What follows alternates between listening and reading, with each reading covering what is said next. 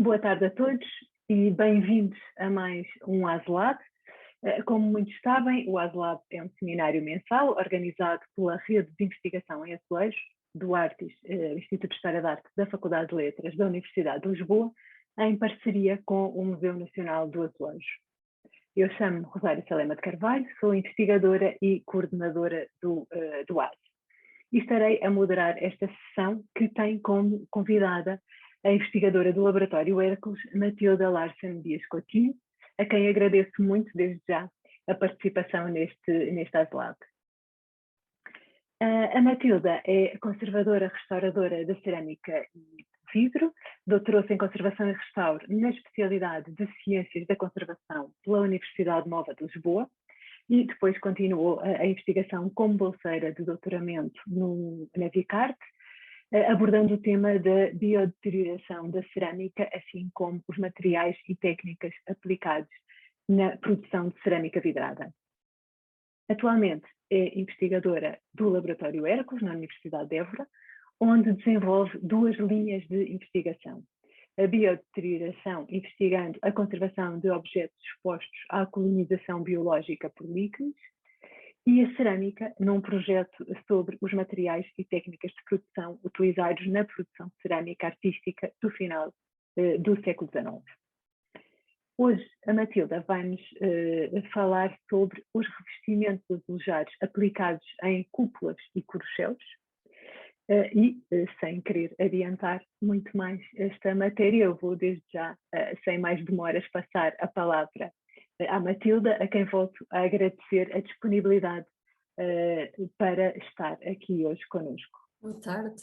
Começar por agradecer o convite que me foi dirigido para apresentar o meu trabalho aqui no ASLab, que é sempre uma boa oportunidade para divulgar o trabalho que está a ser desenvolvido.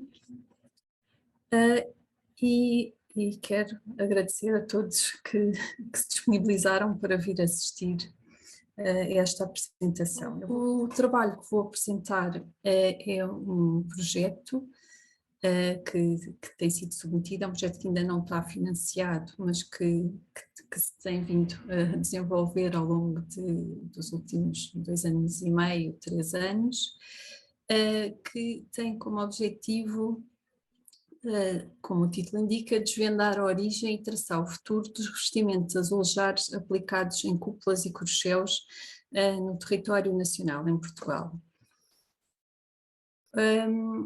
Este projeto tem como objetivo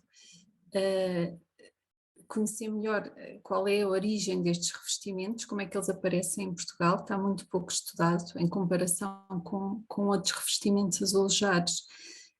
O revestimento em coberturas tem sido muito pouco abordado, principalmente de uma forma sistemática, mas pretendo também, e dado a minha formação profissional, utilizar estas coberturas como uma ferramenta para conhecer a deterioração, especialmente em ambiente exterior, dos revestimentos azulejados, visto que muito do património azulejar encontra-se aplicado no exterior dos edifícios e está por isso exposto a condições ambientais muito extremas. Vou começar por abordar a primeira parte do estudo, que tem a ver com a primeira listagem. Não, isto como é apenas um projeto, não vou apresentar aqui conclusões, nem desvendar ainda a origem das cúpulas e corcheos. Vou apresentar o primeiro levantamento que tem sido feito destes revestimentos azulejados e fazer algumas comparações com casos de outros países e levantar aqui várias hipóteses que são as que serão abordadas depois posteriormente no projeto.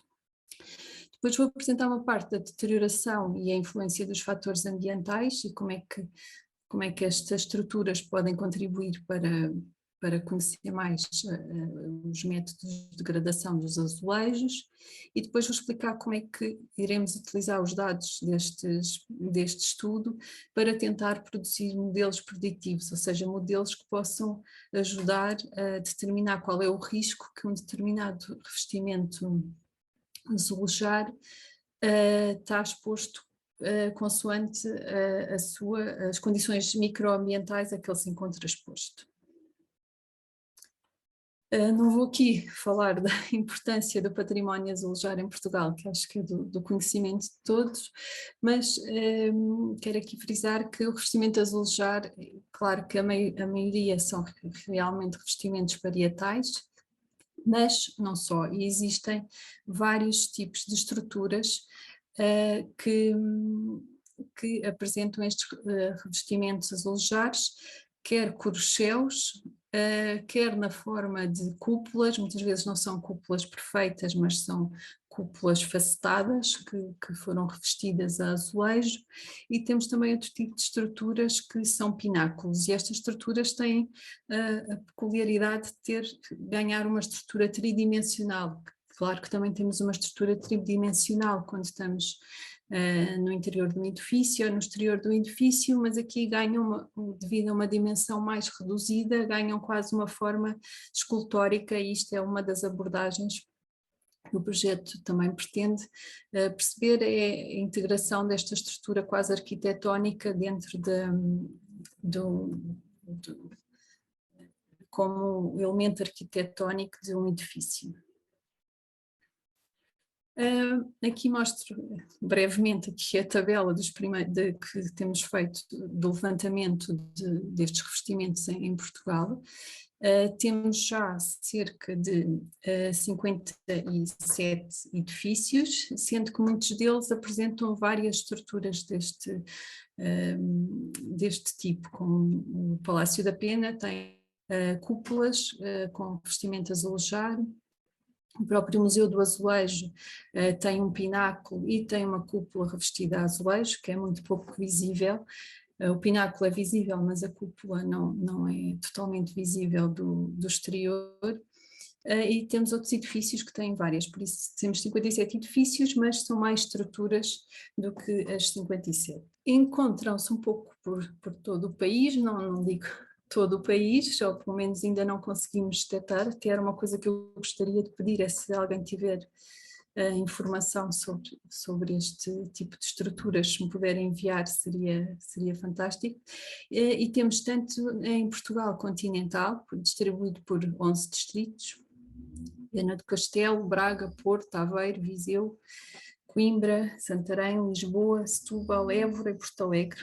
Curiosamente não encontrei nenhum mesmo no sul do país, e os Açores e a Madeira têm inúmeras estruturas destas, principalmente em edifícios religiosos, como vamos ver.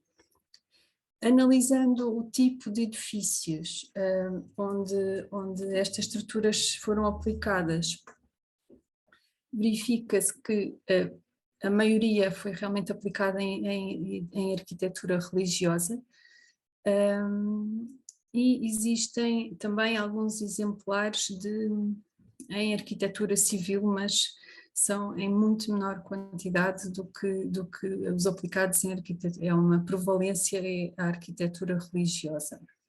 A cronologia, aqui vou falar um bocadinho da cronologia dos edifícios, e depois por oposição à cronologia dos azulejos, porque temos edifícios muito mais recuados, como por exemplo a sede de Évora, que tem um torreão com um corocel revestido a azulejos, que não se percebe muito bem se são verdes, serão já azulados numa tonalidade verde azulada, mas que se percebe claramente que pelo menos estes azulejos que estão presentes hoje em dia não seriam os azulejos originais.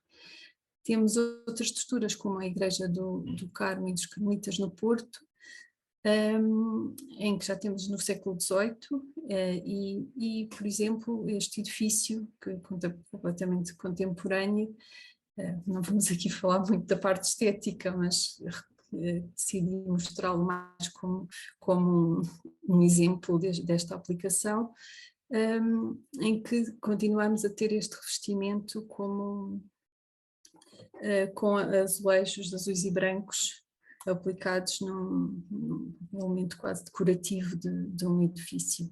Vou dar um exemplo, a Sé do Funchal, talvez seja um exemplar mais emblemático destes exemplos mais recuados, porque temos uma data em que, pelo menos um intervalo de tempo em que sabemos que foram aplicados os azulejos. Os azulejos em si, eu coloquei aqui uma ampliação, não sei se consegue ver muito bem, dos azulejos, e para além do tipo de vidrado, e assim eles apresentam uma característica muito típica destes azulejos produzidos em 1500, que são esta marca de trempe. Consegue-se ver, não sei se consegue ver o rato onde eu estou a apontar, mas consegue-se ver esta marca de trempe, por isso este edifício representa um bocadinho um marco em que sabemos exatamente qual é a datação dos azulejos e o período em que eles foram aplicados. Não digo que todos sejam originais, mas é dos edifícios, se calhar, dos mais recuados, em que temos a certeza quando foi feita esta aplicação. Como tinha dito, na arquitetura religiosa, talvez a principal tipo de estrutura vestida a azulejos são as torres relógio ou as torres campanário.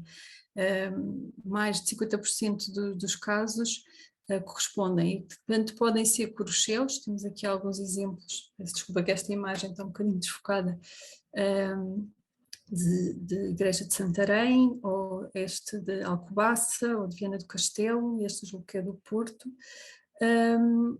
Mas este é principalmente o tipo de elemento, o tipo de construção onde eles foram aplicados. Outra tipologia que aparece com bastante frequência são estas capelas de pequenas dimensões, e principalmente estas capelas que têm uma forma sextavada ou oitavada, como o caso da Capela de São Gonçalinho, em Aveiro. Apesar dos azulejos que se encontram hoje em dia lá, tive a oportunidade de visitar, não tenho a certeza que sejam os originais. A Capela da Madre Deus, que infelizmente se encontra em muito mau estado, e estes sim são azulejos de padrão polícromos. Aqui não consegui arranjar uma imagem muito melhor onde conseguissem ver, mas já tive acesso a algumas imagens.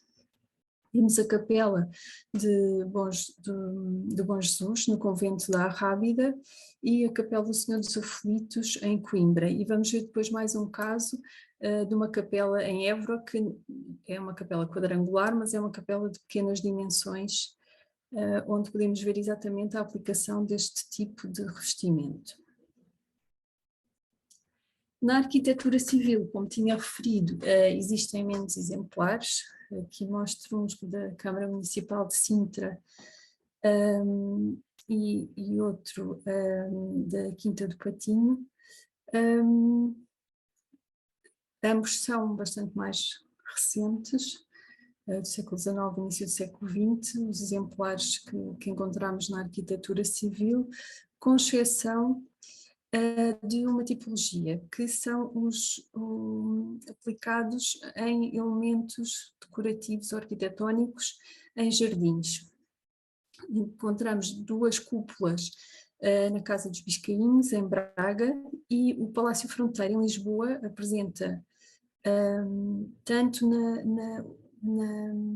as duas torres das galerias, da Galeria dos Reis, apresentam um revestimento azulejar em lustre na cobertura, e também a Casa do Fresco apresenta, apesar de não saber se será contemporâneo, esta parte depois fica para os historiadores perceber que será original da época em que ele foi construído, ou se será um revestimento posterior aplicado. Não consegui uma fotografia melhor para conseguir mostrar detalhe do azulejo, mas é possível ver aqui que também apresenta um revestimento azulejado. Outro tipo de estruturas arquitetónicas, para além das torres e destes pequenos edifícios, são os alpendres, e estes aparecem tanto em arquitetura religiosa como em arquitetura civil, e também decidi selecionar aqui de um infantário nas Galveias, que achei muito curioso este caso, em que se utilizou exatamente uma estrutura de alpendre com colunas e depois o revestimento deste pequeno alpendre é feito com revestimentos azulejos. Isto já vem de um período mais recuado, por exemplo, no Palácio da Pena. Apesar do Palácio da Pena, as outras cúpulas são realmente mais recentes, já serão do século XIX. Este Coruchel, existe esta pintura do século XIX em que mostra exatamente este Coruchel, muito semelhante ao que é hoje em dia. Não sei se os azulejos são exatamente os originais ou não, mas possivelmente serão, em que se vê que esta estrutura já lá existia antes da construção, depois da remodelação do próprio Palácio da Pena pelo rei Dom Fernando. As outras duas tipologias, uma é hoje em dia a Biblioteca Municipal de Évora, e que tem uma forma muito peculiar, tem uns elementos decorativos muito interessantes. Também é uma das estruturas bastante importantes, porque está datada julgo que início de 1700, existe um documento com um pedido de autorização para a construção deste alpendre. E o outro é hoje em dia a Câmara Municipal de Porto Alegre, e ambos os edifícios eram colégios jesuítas, por isso é curioso que este tipo de entradas é muito característico da arquitetura jesuíta, e temos dois exemplos, apesar de não ter conseguido encontrar mais exemplares. Tentei procurar outros colégios jesuítas, mas não encontrei mais exemplares revestidos a azulejos. O outro exemplo que tenho aqui não é exatamente uma porta de entrada, mas é a casa dos Condes de Castro Guimarães, em Cascais, em que temos exatamente uma estrutura muito semelhante com aquela que temos no Palácio da Pena. Outra tipologia em que percebemos que apareciam estas cúpulas ou corucheus são as igrejas, quando se começou a utilizar o revestimento integral de fachadas. Tenho aqui o exemplo da Igreja de Santa Maria da Cortaça, em Aveiro, e existem outros exemplares em Aveiro em que já existe esta aplicação, este revestimento integral de azulejo, em que se optou também por fazer um revestimento da cúpula.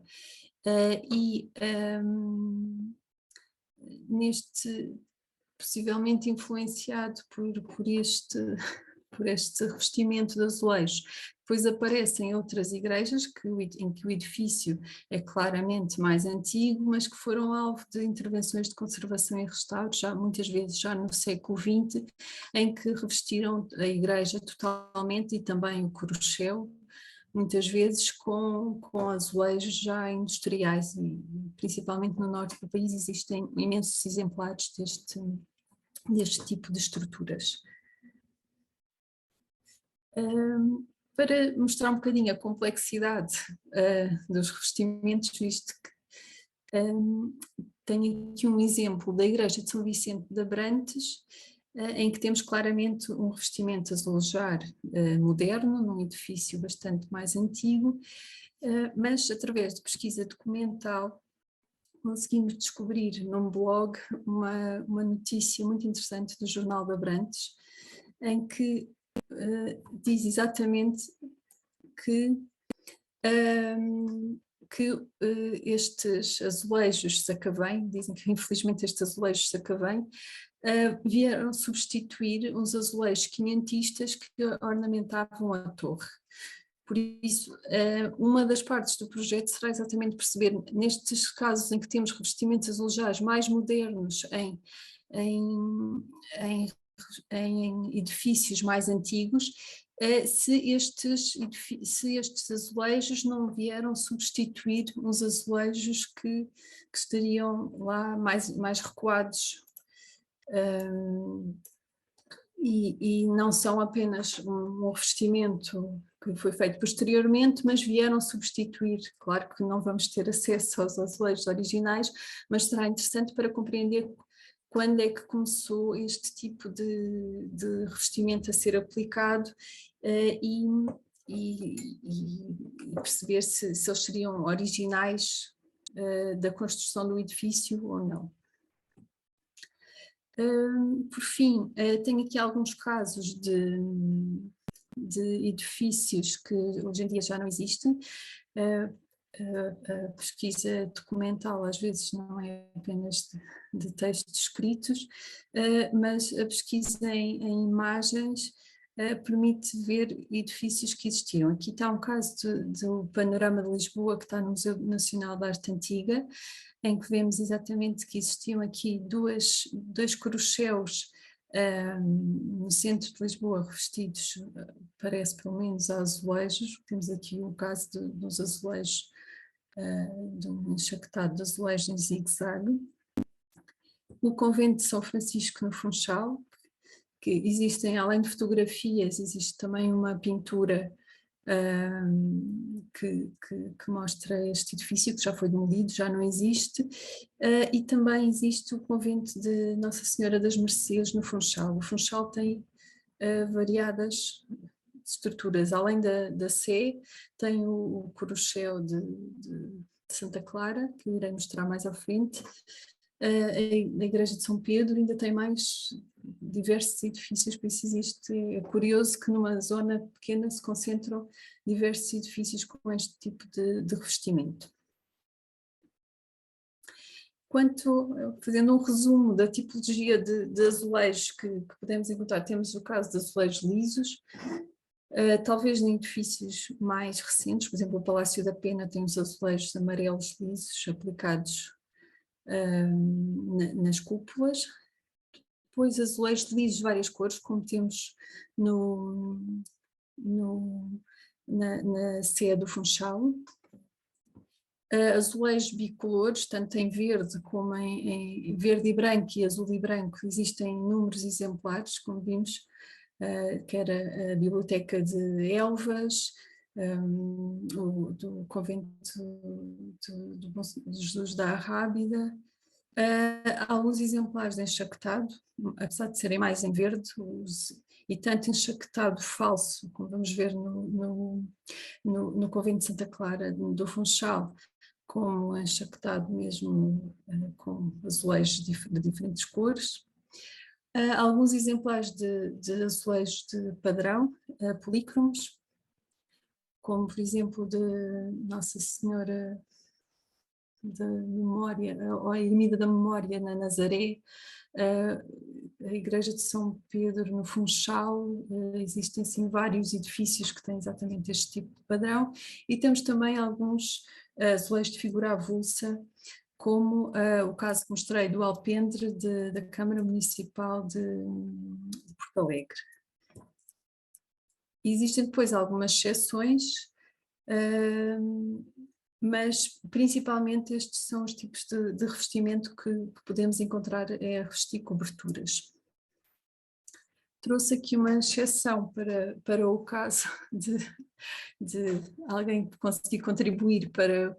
Isto é a Torre de Estremoz, a Torre Cineira de Estremoz, que se encontra junto da torre principal, no topo junto ao castelo, e tem esta tipologia de azulejos que eu ainda não consegui exatamente perceber se serão azulejos ou se é outro tipo de revestimento, e se serão originais ou não. Já temos tentado procurar mais informação sobre esta torre, mas infelizmente ainda não conseguimos encontrar. Mas existem outras exceções, como os azulejos dos torreões do Palácio Fronteira, que são também azulejos com relevo revestidos com lustre, e algumas exceções de azulejos azuis e brancos, mas maioritariamente foram aqueles tipos de azulejos que mostrei no slide anterior. Quanto à origem, neste momento ainda não sabemos qual é a rota por onde vem exatamente esta aplicação de azulejos em coberturas, mas a aplicação de elementos vidrados em coberturas existe em diversos países. Tanto na China já existiam as telhas vidradas, outros países, como por exemplo o Irão, têm a tradição de ter as coberturas de cúpulas com elementos vidrados, mas também na Europa temos na zona de Borgonha a aplicação de telhas, mas como se vê aqui são aplicadas de uma forma diferente. Estas telhas são aplicadas de forma sobreposta, não como os azulejos que são aplicados como um revestimento azulejado, em que os elementos cerâmicos estão contíguos. Aqui estão os elementos sobrepostos. E temos outros exemplos que, à exceção deste da Porta Nova de Palermo, os outros são todos realmente telhas e não azulejos aplicados nos revestimentos. Em Portugal existem, não são exclusivos de estas telhas, somente estas telhas em escama, existem também alguns exemplares em Portugal. Tenho aqui uma capela de pequenas dimensões que se encontra em Vila Viçosa, que tem ainda parte de uma estrutura com telhas vidradas, e temos também a sede de Coimbra, que também ainda apresenta uma cobertura da cúpula com telhas vidradas, e julgo que a sede de Évora também terá este tipo de revestimento. Em forma de não conclusão, mas de resumo do que foi dito, existe um número realmente considerável destas estruturas arquitetónicas em Portugal, que se encontram bastante dispersos pelo território e que cobrem uma vasta cronologia. E que acompanham, existem exemplares de vários, parece que foi um movimento contínuo, apesar de existirem algumas tipologias de edifício que parecem ser mais propensos a este tipo de revestimento nas coberturas. A continuação desta investigação terá que ser, claro, a pesquisa documental e também o auxílio a técnicas analíticas, visto que isso permitirá, por vezes, datar os azulejos e perceber se eles realmente serão da época original ou serão revestimento posterior, visto que por vezes é difícil e foram feitos, como já vimos em alguns casos, a substituição de azulejos. Este será um bocadinho a continuação deste projeto. A outra parte do projeto tem a ver com a conservação e restauro dos azulejos e com as condições ambientais a que eles se encontram expostos.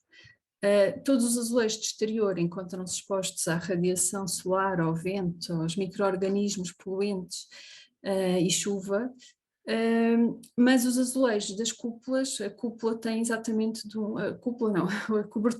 exatamente a função de proteger o edifício de todos estes fatores ambientais, e como tal faz com que estes azulejos estejam expostos a condições ambientais extremamente adversas.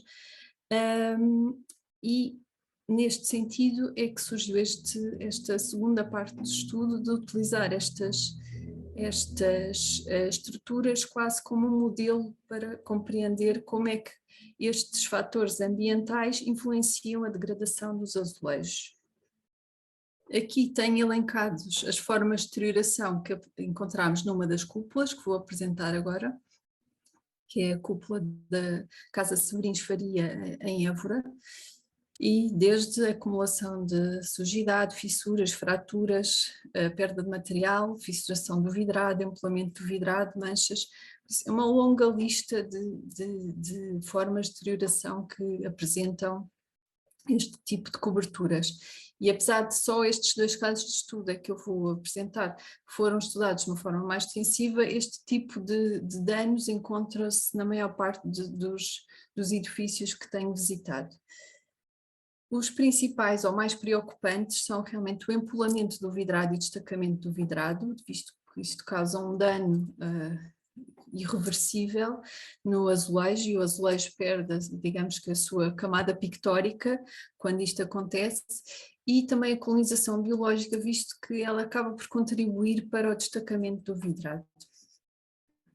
O primeiro caso que vou apresentar então é da Casa Severins de Faria. Não existe muita informação sobre esta capela, aliás encontra-se descrita no CIPA como sendo um revivalismo do século XIX, mas tenho falado com alguns historiadores de arte, não será consensual, e tanto alguns dos azulejos apresentam características bastante mais antigas, mas que poderão, claro, ter sido reutilizados. Este edifício foi adquirido pela Universidade nos anos 90, a Universidade de Évora, e tem esta cúpula de domo octogonal, revestida com um xadrez de azulejos em azul e branco. Vou mostrar agora alguns resultados da parte analítica destes azulejos. Foi feita a sua caracterização, quer do corpo cerâmico, da chacota, que é rico em sílica, alumina e cálcio, que são o tipo de chacota mais comum nos azulejos portugueses. Tanto também a nível da mineralogia tem uma composição muito expectável para aquilo que são os azulejos mais recuados, com quartzo, gomnite, ortoclase, hematite, e alguns tipos de inclusões que seriam estas, como o quartzo, que temos aqui nestas imagens. Isto é uma imagem, uma coloração artificial em que podemos ver a distribuição dos elementos. Tenho aqui também um exemplar do tipo de vidrado que foi utilizado e é compatível com a técnica da majólica, que seria de espetar neste tipo de vidrados. Esta técnica foi utilizada durante vários séculos, pelo que não posso inferir que isto seja um azulejo recente ou antigo só por ter sido utilizada esta técnica. Mas a tipologia, a microestrutura parece indicar que se poderá tratar de um azulejo antigo e não de um azulejo século XIX, como está descrito na ficha do edifício. E temos como opacificante o estanho, que é o mais comum, e temos o colorante do azul, é o cobalto, que também é uma característica bastante comum. A parte seguinte, a maior parte muitos dos azulejos apresentavam colonização biológica, e a maior parte deles apresentavam líquens. Os líquens são estruturas, organismos é uma mistura de dois organismos, uma simbiose entre dois organismos, um fototrófico que permite sintetizar a fonte de alimento, serve um bocadinho fornece o alimento para o outro organismo, que é o fungo, que protege o organismo, esta camada, e este tipo de micro-organismos conseguem se desenvolver em condições ambientais extremas e conseguem também crescer sobre azulejos, como vamos ver. E feita a identificação dos líquens que se encontravam nesta capela, tenho aqui algumas das espécies que encontramos, está também a ser feito, apesar de não vou ainda apresentar essa parte do estudo, consegue-se claramente perceber que eles crescem ao longo da cúpula, visto que a cúpula está exposta a condições ambientais, as faces da cúpula estão expostas a condições ambientais diferentes. Consegue-se ver que eles também, diferentes espécies crescem em diferentes zonas da cúpula. A colonização biológica, apesar de às vezes ser estética, ter os líquens que têm estas cores alaranjadas que são bastante apelativas, tem como principal problema quando começa a crescer sobre o vidrado, e vemos aqui um exemplo muito claro em que ocorreu o destacamento do vidrado e começou a crescer um líquen, e os líquens, sendo organismos vivos vão crescendo e por isso vão alastrando e vão causando, como se vê aqui nesta fotografia, acabam por, mesmo que não tenham sido eles a causar o primeiro destacamento do vidrado, acabam por conseguir alastrá-lo e ir crescendo e ir empurrando o vidrado. Tem aqui outro exemplo em que se vê claramente aqui que já temos micro-organismos a sair sob o vidrado. E tenho aqui outro exemplar também, em que vemos que já conseguiram completamente, o vidrado está apenas preso pelo líquen. Aliás, este pequeno fragmento foi recolhido e observado ao microscópio eletrónico e vemos aqui o vidrado, que é esta parte superior. Vou mostrar aqui a imagem colorida. Temos o vidrado na parte superior, temos aqui partes da chacota e temos aqui uma floresta, digamos, de líquen, e vemos que existe também acumulação de alguns elementos, como nomeadamente o cálcio, por parte do líquen, que poderá vir da chacota, visto como vimos na parte anterior, este tipo de chacota utilizado nos azulejos é muitas vezes rico em cálcio. E isso poderá o líquen também estar a contribuir para a degradação da chacota. A observação das diferentes faces da cúpula permitiu ver desde o início que existia uma certa diferença entre tanto no tipo de micro-organismos.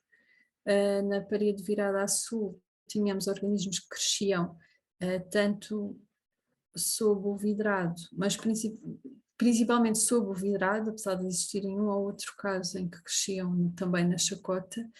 No caso da parede virada a norte, em que temos mais luz, tínhamos principalmente os líquens a crescer na zona de chacota e não na zona do vidrado. Aliás, tínhamos muito pouca colonização na zona do vidrado.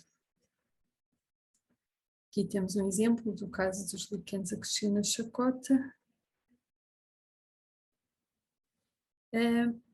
E foi um bocadinho com base nestes primeiros resultados que percebemos que poderia ser possível utilizar estas cúpulas como modelo para tirar conclusões ou perceber quais são os fatores ambientais que mais vão causar danos nos azulejos. E como vemos aqui, temos que a polinização sob o vidrado aqui nestas paredes é muito baixa, mas temos colonização biológica e temos um tipo de dano associado, que é a falta de vidrado.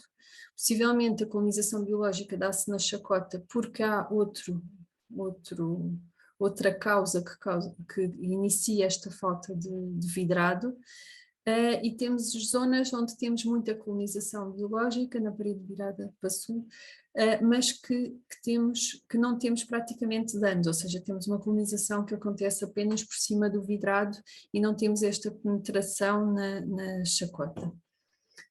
E eu tentei aqui mostrar a cúpula e vemos aqui exatamente esta parede que chamamos a parede F,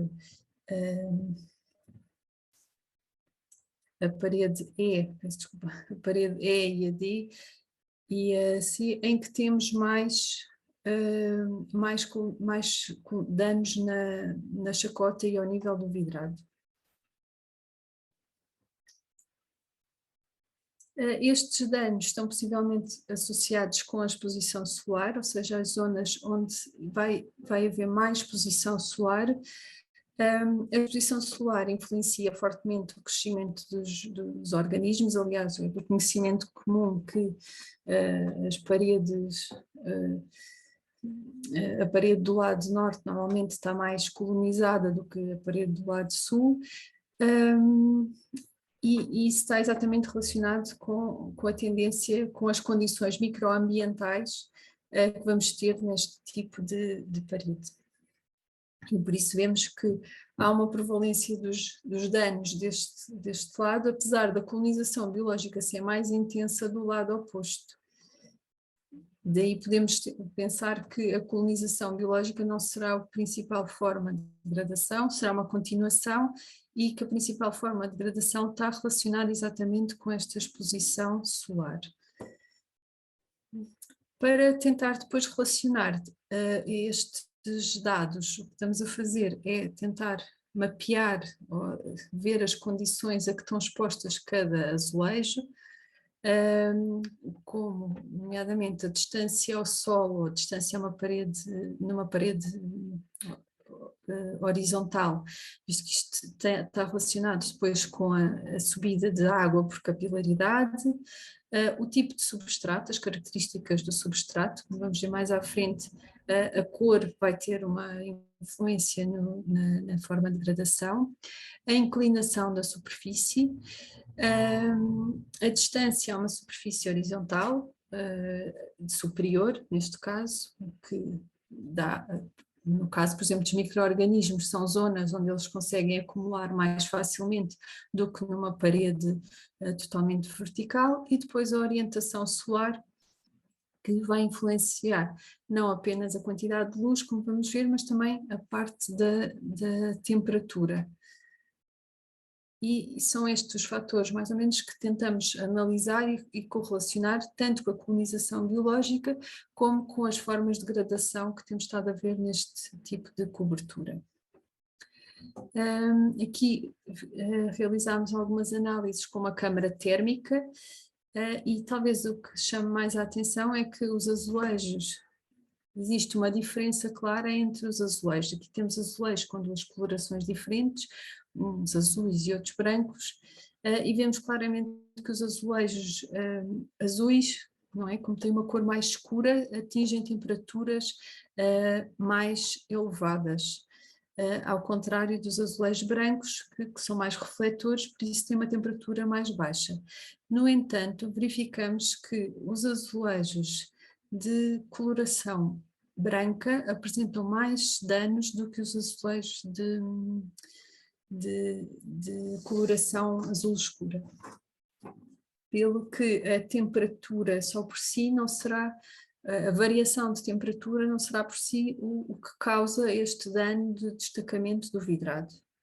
Temos aqui um exemplo em que vemos que os azulejos azuis estão em muito bom estado de conservação, são os que estão aqui, e temos o azulejo branco, que está mais frio, digamos assim, e em que apresentam e vemos que os azulejos aqui na parte superior também apresentam danos de destacamento do vidrado. Vou apresentar outro caso de estudo, como tinha falado, que é do convento de Santa Clara do Funchal, este edifício foi recentemente restaurado.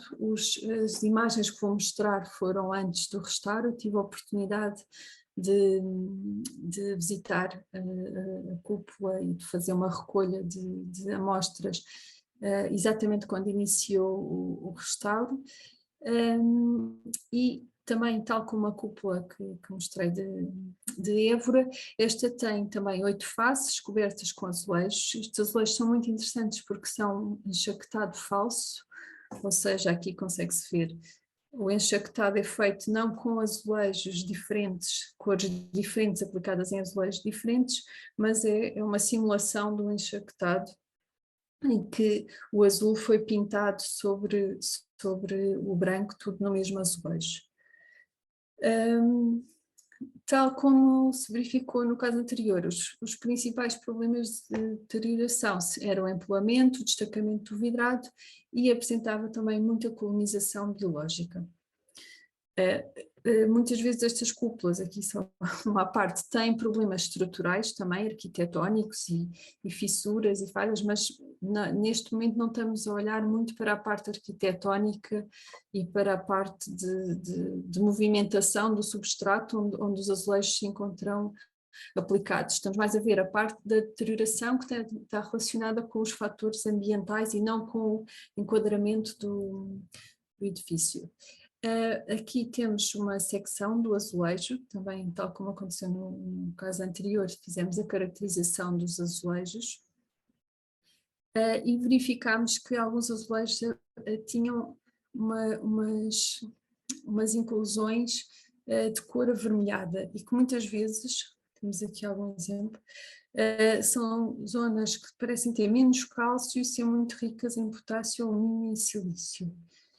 Ainda não temos a certeza do que é que será.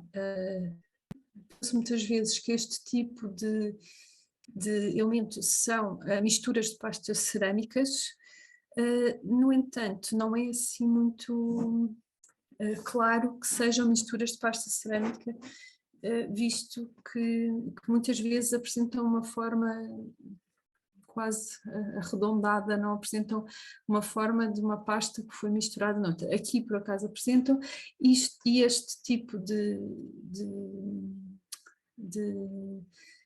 laminação acontece muito neste tipo de estrutura. Aqui vemos a imagem do microscópio eletrónico, aqui vemos a chacota normal, estas zonas que vemos aqui em torno de cor amarelada, e temos aqui que é a zona vermelha, que é tem uma estrutura muito mais fina do que a pasta cerâmica amarela. Pelo que também poderá ser não só uma pasta cerâmica, mas poderá ser uma acumulação, uma característica deste tipo de cerâmica que apresentava alguns nódulos de outro tipo de argila dentro da própria argila e não de ser adicionada. No entanto, estas duas hipóteses ainda estão em aberto. Foi possível ver que ambas as partes apresentam compostos que estão relacionados com a argila. No caso aqui não aparece. No caso do vermelho, tínhamos outros compostos, como a hematite e também principalmente a hematite era o que era visível naquela zona mais avermelhada, em termos de microestrutura. A biodiversidade que encontramos no Convento de Santa Clara é muito superior bastante superior àquela que encontramos em Évora. Temos cerca de 17 espécies de líquens e alguns não foram possíveis identificar. E ainda também foi feita, tal como da outra vez, uma recolha em toda a volta e percebe-se exatamente que existem espécies que prevalecem numa zona e não noutra, que tem exatamente a ver com essas condições de luz, ensombramento e de temperatura, e que fazem com que haja certos tipos de líquenes que colonizem mais uma zona e outros tipos de outras. Depois, noutra fase do estudo, será importante perceber quais são os tipos de líquenes que são mais agressivos para os azulejos. Aqui temos temos exatamente como vimos na cúpula anterior, em que temos alguns lados, que temos prevalência de deterioração em alguns lados. Este lado apresenta muito mais destacamento do vidrado. É a zona também que se encontra exposta para a zona do mar, e vemos que existe uma relação exatamente entre esta exposição, a orientação solar e a quantidade de danos e de colonização biológica. Verifica-se também aqui nesta zona, neste caso, que existe também uma influência, uma relação entre a cor e a degradação. Tendo estes dois exemplos, ainda é muito pouco claro para fazer modelos preditivos, mas julgo que se conseguiu perceber na apresentação que existe realmente um padrão na deterioração, e é este padrão e o facto de termos uma estrutura tridimensional, ou seja, temos um revestimento que tem as mesmas características, possivelmente foi aplicado no mesmo período de tempo e está exposto a condições ambientais ligeiramente diferentes. Temos um lado que vai apanhar muito sol, temos um lado que vai apanhar pouco sol. E é com base nesta análise da degradação que temos que vamos utilizar esta leitura que fazemos da degradação destas cúpulas para perceber como é que os fatores ambientais vão acelerar as formas de degradação, principalmente o destacamento do vidrado e a colonização biológica. Estes modelos serão feitos com base também em modelos de temperatura de superfície e da simulação da radiação solar, ou seja, com a estrutura da cúpula depois é feito um modelo de radiação solar para perceber que quantidade de radiação solar é que cada um dos lados recebe, como é muito feito hoje em dia em arquitetura, e esse é um dos dados principais que será utilizado para estes modelos preditivos. E vemos aqui um dos primeiros, um ensaio que fizemos, em que vemos que o dano, a área de colonização e a cor do azulejo parecem estar muito relacionados, e tanto a orientação como o tipo de colonização parecem também estar relacionados. O objetivo será, obviamente, estudar mais estruturas deste género, e depois simplificar. Obviamente não terá, quem tem um edifício com azulejos não terá que fazer todas estas medições de radiação solar. Não, fazer um modelo simples que, com base na orientação solar, permita perceber quais são os azulejos, a orientação solar, a inclinação e outro tipo de dados que podem ser facilmente recolhidos, como é que esses azulejos estão mais ou menos expostos aos riscos de degradação, e isto vai permitir uma monitorização dos azulejos de exterior mais consciente, visto que sabemos quais são as zonas de risco. Vai também permitir perceber que se calhar todos os materiais utilizados em intervenções de conservação e restauro não devem ser os mesmos para azulejos expostos em condições ambientais diferentes, e este é um dos principais objetivos do estudo, que é exatamente tentar desenvolver uma ferramenta informática, digamos assim, que permita uma melhor gestão dos azulejos de exterior. Apesar de ter sido eu a apresentar este trabalho, tem uma equipa por trás, e o projeto conta com muitos investigadores que têm ajudado nesta parte, de várias instituições, e pronto, não sei se foi muito rápida. Obrigada, Matilda. Este, de facto, é um projeto muitíssimo interessante, com todas estas vertentes que foste apresentando ao longo da sessão, e tenho a certeza que vamos, pelo menos a partir de agora, vamos todos passar a olhar para cima com muito mais atenção do que tivemos até agora. E tenho a certeza que haverá muitas questões. Aliás, eu já vi aqui alguns comentários no chat, e por isso eu vou abrir desde já o debate e perguntar se alguém tem alguma questão para colocar desde já à Matilda.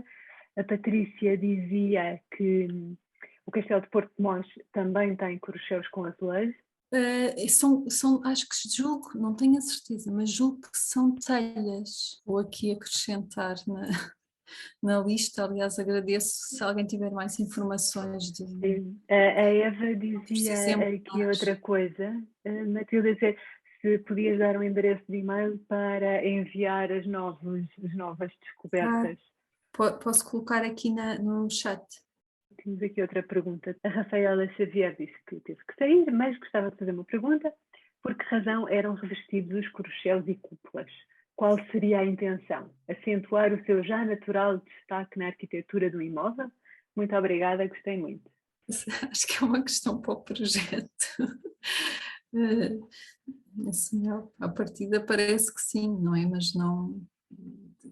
Um revestimento vidrado, além da parte... Tem, claro, muita parte estética, mas também tem algumas vantagens um revestimento vidrado em termos de impermeabilidade, por exemplo, numa cobertura.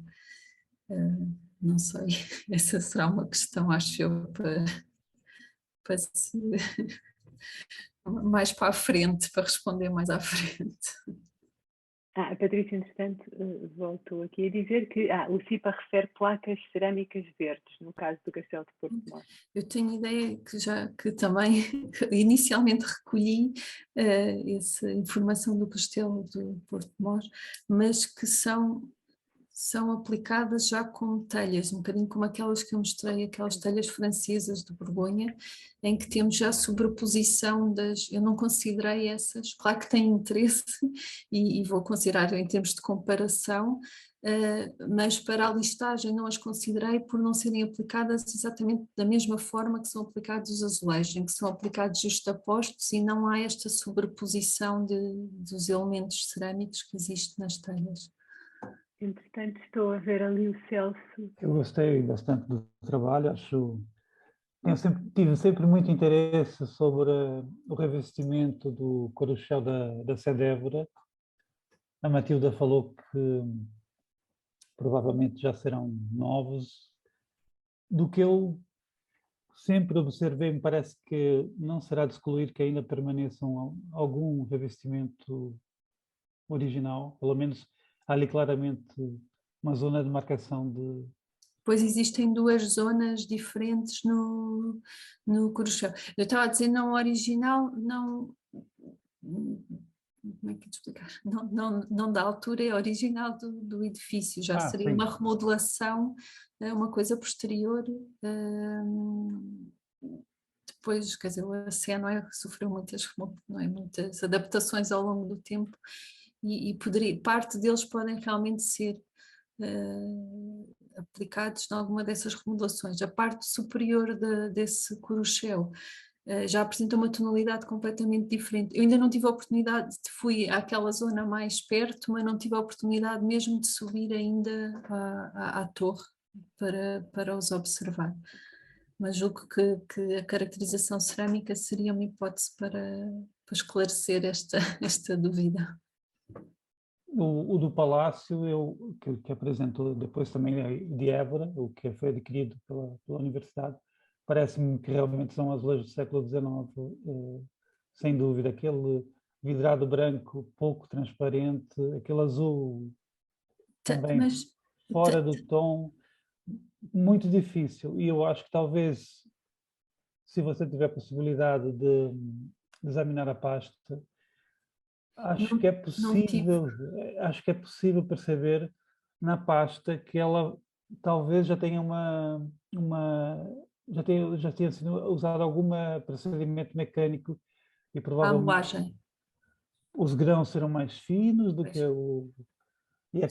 e basta comparar um bocadinho com o de Santa Clara para ver que o vidrado é totalmente diferente. Mas parecem existir três tipos de azul, ou três azuis diferentes lá na cúpula de Cordovil, que estão ligeiramente misturados e uns parecem realmente ser mais antigos, podem ser um aproveitamento.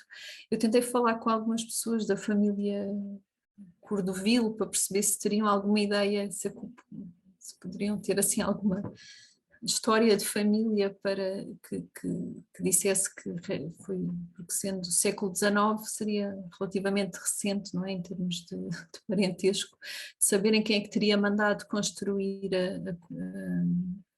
a capela, mas não consegui informações nenhumas sobre aquela capela. Assim, das fotografias, e você apresentou fotografias muito boas, pareceu-me um conjunto bastante homogéneo, mesmo muito homogéneo, e por isso acho que o teu trabalho ali, a tua análise, em termos de análise de conservação, ganharia se o conjunto fosse homogéneo, porque senão você depois ainda tinha que lidar com diferenças de materiais. Sim. E por isso achei que era um bom exemplar, olha, está bem escolhido, porque aquilo ali, pronto, na minha opinião, século XIX todinho, feito de uma vez só. Obrigada. O Álvaro Silva também comentou que a Igreja de Porto Santo, que tem azulejos aplicados na cobertura da torre, não revestem integralmente a cobertura. Não sei se conhece, Matilda, ou se está na lista. Vou copiar aqui, obrigada. Aqui mais duas perguntas, Matilda. Quais são, que soluções de conservação e restauro são aplicáveis? O estudo não se vai focar muito logo nas soluções de conservação e restauro. Será mais numa perspectiva de análise de risco a que os azulejos estão expostos e consoante isso, depois adaptar isso às necessidades de conservação e restauro. Para não se chegar a este ponto que se viu tanto no Coruchel de Santa Clara e em menor escala, claro, possivelmente se calhar é mais recente, em Évora, em que chegamos ao ponto de ter azulejos que quase não têm vidrado. E é este lado dos edifícios e certamente existe, mesmo nos revestimentos parietais, as zonas que estarão muito expostas ao sol terão este género de problema e é mais para uma questão de gestão e depois de adaptação dos materiais utilizados em conservação e restauro para serem mais adaptados às condições ambientais a que vão estar expostos. Porque um dos lados vai estar exposto, os materiais vão estar expostos a muito mais radiação solar do que vão estar expostos do outro lado. E talvez tenha que ser feita alguma adaptação. O projeto não pode ser tão ambicioso de lidar também com esta parte, mas se calhar terão que ser desenvolvidos materiais mais adaptados, visto que estes azulejos, além de maior radiação, vão ter mais variações de temperatura, possivelmente mais variações de volume, e todas estas questões precisam de ser pensadas ou precisam de ser conhecidas antes de fazer uma intervenção de conservação e restauro. E é neste sentido que o projeto quer contribuir. Na altura de terminarmos a sessão por hoje. Matilda, mais uma vez, muito obrigada. Obrigada a todos pela presença e pela participação. Deus, obrigada.